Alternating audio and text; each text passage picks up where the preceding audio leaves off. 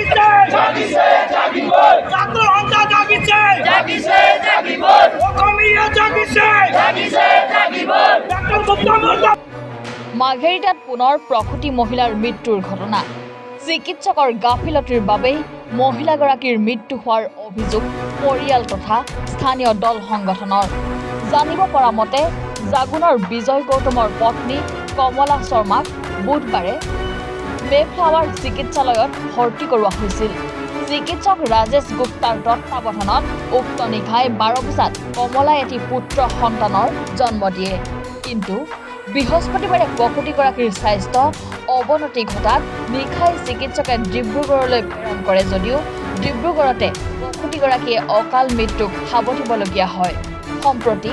প্ৰসূতি মহিলাৰ মৃত্যুক কেন্দ্ৰ কৰি ছাত্ৰ মুক্তি সংগ্ৰাম সমিতিসহ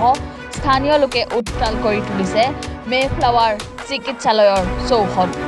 উক্ত ঘটনাক কেন্দ্ৰ কৰি মাৰ্ঘেৰিটাৰ ৰাজপথত টায়াৰ জ্বলাই ৰাজপথ অৱৰোধ কৰে প্ৰতিবাদকাৰীসকলে আনহাতে স্থানীয় আৰক্ষীয়ে প্ৰতিবাদকাৰীসকলক বাধা প্ৰদান কৰাত বাক বিতণ্ডাৰ সৃষ্টি হয়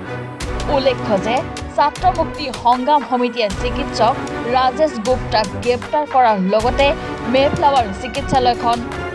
বন্ধ কৰাৰো দাবী জনাইছে অন্যথা তীব্ৰ আন্দোলনৰ হুংকাৰ কৰিছে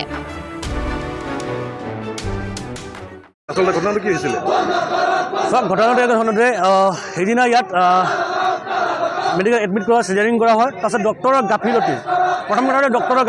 ডক্টৰ ৰাজেশ গুপ্তা নামৰ ডক্টৰজনৰ গাফিলতিৰ ফলত আজি এজনী মাতৃয়ে তেখেতৰ প্ৰাণ হেৰাবলগীয়া হৈছে একমাত্ৰ তেখেতৰ ভুলৰ কাৰণে সম্পূৰ্ণ এই কৰ্মকাণ্ড সংঘটিত হৈছে আৰু আমি ছাত্ৰ মুক্তি সংগ্ৰাম সমিতি আৰু লগতে স্থানীয় ৰাইজৰ এটাই প্ৰচণ্ড দাবী যে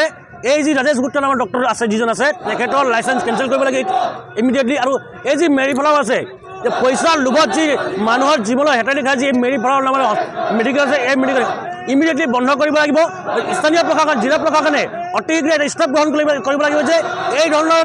কৰ্মকাণ্ডৰ লগত লিপ্ত থকা যিমানখিনি ডক্টৰ আছে সকলো ডক্টৰ ইমিডিয়েট লাইচেঞ্চ কেঞ্চেল কৰি এইসমূহ মেডিকেল বন্ধ কৰাৰ ব্যৱস্থা গ্ৰহণ কৰক আৰু যিসমূহ আমাৰ চৰকাৰী মেডিকেলসমূহ আছে সেইসমূহৰ চিকিৎসাৰ ব্যৱস্থা উন্নত কৰক আৰু এই ধৰণৰ মানুহৰ জীৱনৰ হেতালি খেলা মেডিকেলসমূহ বন্ধ কৰিব আৰু ৰাজেশ গুপ্তাৰ এইটো প্ৰথম কেছ নহয় ইয়াৰ পৰা প্ৰায় একমাহ পূৰ্বে আমাৰ এই জাগুনৰ এজনী মাতৃক তেখেতৰ গাফিলতি তেখেতৰ ভুলৰ কাৰণে মৃত্যুক সাৱটিবলগীয়া হৈছে আজি আকৌ একেধৰণৰ ঘটনা সংঘটিত হৈছে তেখেতৰ কাৰণে যে এজনী এজন মাতৃয়ে যে প্ৰাণ হেৰুৱাইছে এই দুখ তেখেতে বুজি পাইছে নেকি এই দুখ তেখেতে বুজি পাইছে এই দুখ পইচাৰ লোভত এই কাম কৰা এই মেডিকেল বুজি নাই পোৱা সেইকাৰণে আমি স্পষ্ট দাবী কৰিছোঁ যে অতি শীঘ্ৰে এই মেডিকেল বন্ধ কৰিব লাগিব আৰু লগতে যিটো ডক্টৰ আছে যি ৰাজেশ গুপ্তাৰ ইমিডিয়েট লাইচেঞ্চ কেন্দ্ৰ কৰি তেখেতক জেলৰ পৰা পঠোৱাৰ ব্যৱস্থা গ্ৰহণ কৰিব লাগিব ভুক্তভোগী পৰিয়াল ক'ৰ হয় বাৰু ভুক্তভোগী পৰিয়াল আমাৰ গাঁৱৰ হয় তিনি উদয়পুৰ গাঁৱৰ আমাৰ দাদা আমাৰ বৌ ঢুকাইছে এই দুখ যেতিয়ালৈকে এই মেৰিফ্লাৱাৰ যিজন ৰাজেশ গুপ্তা ডক্টৰ আছে তেখেতক যেতিয়ালৈকে জেললৈ পঠোৱা নহয় তেতিয়ালৈকে কিন্তু আমাৰ আন্দোলন বন্ধ নহয় বুলি আমি ইয়াৰ পৰা ঘোষণা কৰিছোঁ যে মই এবাৰ আহিলোঁ ইয়াত চিভিলত আহিছিলোঁ চিভিলত আহি কিনে ডক্টৰৰ তাত চালোঁ যে ডক্টৰ আলাম ছাৰ ছুটীত আছে তাৰপিছত আলাম ছাৰ ছুটী হোৱাৰ পাছত এই মোৰ মানুহজনীৰ পানী গৈ আছিলে তো অলপ তেনেকৈ আছিলে তাৰপাছত কোনে আছে বুলি ক'লে এই গুপ্তা ছাৰেও নৰ্মেল কৰাই বুলি শুনিলোঁ তো ফোন কৰিছোঁ ছাৰে কৈছে 10 মিনিটত আহি যা বুলি কৈছে আহিলোঁ অহাৰ পাছত তাত আহি কিনে চাইছোঁ ছাৰে চালে চোৱাৰ পাছত নৰ্মেল নহ'ব এইটো পানী গৈছে এইটো চিজাৰিং হ'ব লাগে বুলি ঠিক আছে কৰি দিয়ক বুলি ক'লোঁ আৰু এমাউণ্টবিলাক ফিক্স হ'ল তাৰপাছত চিজাৰিংটো কৰি দিলে কৰাৰ পাছত 12:30 বজাত চিজাৰিং কৰিছে তাৰপাছত এটা বজাত আনিলোঁ ঠিকে আছিলে নৰ্মেলে আছিলে মৰ্ণিং 7টা বজাৰ পৰা তাত মানে একদম চেঁচা হৈ গ'ল মানে গাটো চেঁচা মোৰ আৰু একদম ৰিপৰ্টবিলাক চব ক্লিয়াৰ ভাল আছিলে আগতে যোন নৰ্মাল ৰিপৰ্ট আছে চব ভাল আছিলে তো চেঁচা হৈ গ'ল পূৰা তাৰপাছত সিহঁতি ক'লে গুপ্তা ছাৰে বহুত বাৰ ট্ৰাই কৰিছে কি কৰিল 9টা 10টা বাজিলে তাৰপাছত সিহঁতি নিজে ডক্টৰবিলাকে মিলি কিনে 3টা মোক কোৱা নাই কিন্তু নিজে ব্লাড দি কিনে ব্লাডৰ পৰা তেখেতৰে ব্লাডৰ পৰা কাম কৰিছিলে কৰাৰ পাছত অলপ হোচত অনাইলে মানুহজনে হোচত অনাৰ পাছত তাৰপাছত সিহঁতি ছ'ন'গ্ৰাফি এটা কৰিলে ছ'ন'গ্ৰাফি কৰাৰ পাছত কিবা এটা ডিফেক্ট পালে তো এজন ছাৰে ক'লে যে ছ'ন'গ্ৰাফি এনেকৈ কিবা এটা হৈছে তাৰপাছত মই এইটো ভালকৈ আৰু এবাৰ মই জাষ্ট খুলি কিনে এইটো বস্তুটো মিলাই কিনে আকৌ লগাই দিম তো মইতো কি জানো আৰু মইতো হ'ব ছাৰ একো তুমি টেনশ্যন ল'ব নালাগে বুলি কৈছে মোক তো টেনশ্যন ল'ব নালাগে বুলি ক'লে তো মই ঠিকে আছে বুলি এৰি দিলোঁ তাৰপাছত তেনেকৈ হ'ল আৰু এবাৰ হ'ল জানি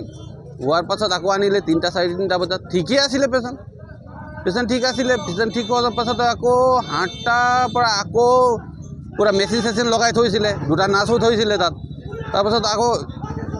আকৌ পেইন ষ্টাৰ্ট আকৌ কিবি মিছান এটা এনেকৈ বহুত টাইম লাগিলে এইটো ইহঁতি ডিব্ৰুগড় ৰেফাৰ কৰিছিলে